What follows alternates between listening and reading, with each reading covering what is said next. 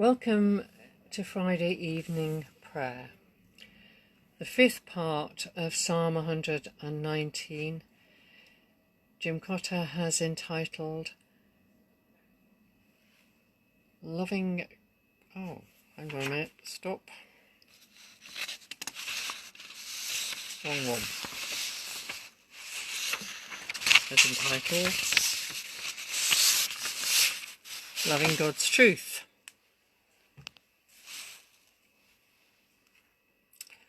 We miss our way if we do not become childlike in our trust and delight, and in the tastiness of God's gifts. Even the commandment to love is a tough, enduring, non-possessive way, is as honey to our deeper selves. We come to relish the wisdom, counsel, and truths of God. So the journey is honey. The invitation, if you love me, keep my commandment. The implication, be like children. Dear God, how I love your wisdom. All day long is my study in it. Your counsel makes me wiser than my adversaries, for it is always in my heart. I have more understanding than my teachers, for I meditate on your word. I am wiser than the aged, because I keep your truths in my heart. I will hold back my feet from evil ways, that I may obey your will. When I do not turn aside from your way, I know that you are my guide. How tasty are your sayings to my mouth, sweeter than honey to my tongue.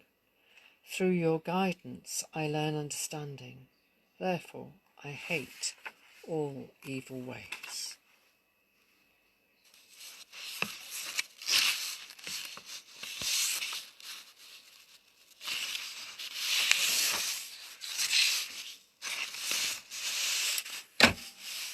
And then being guided by God's light.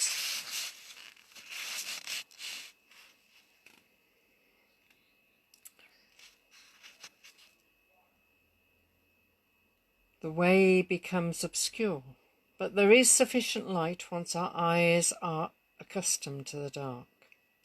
We may not realize that we are being guided in a particular direction, but the shepherd's crook is kindly prompting.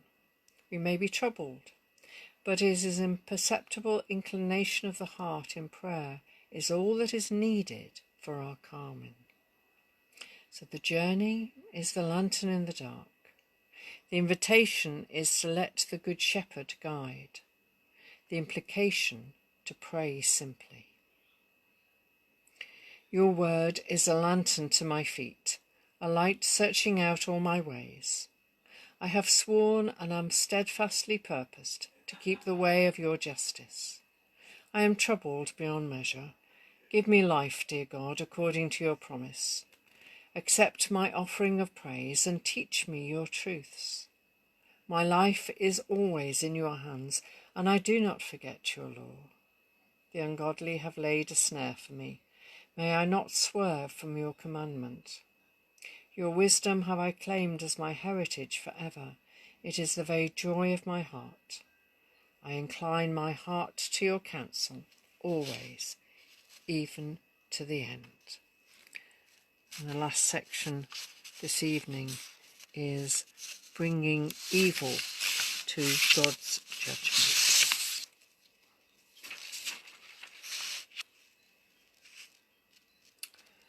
We try to avoid the refining fire of God's truth. We resist the pruning of our self-centeredness.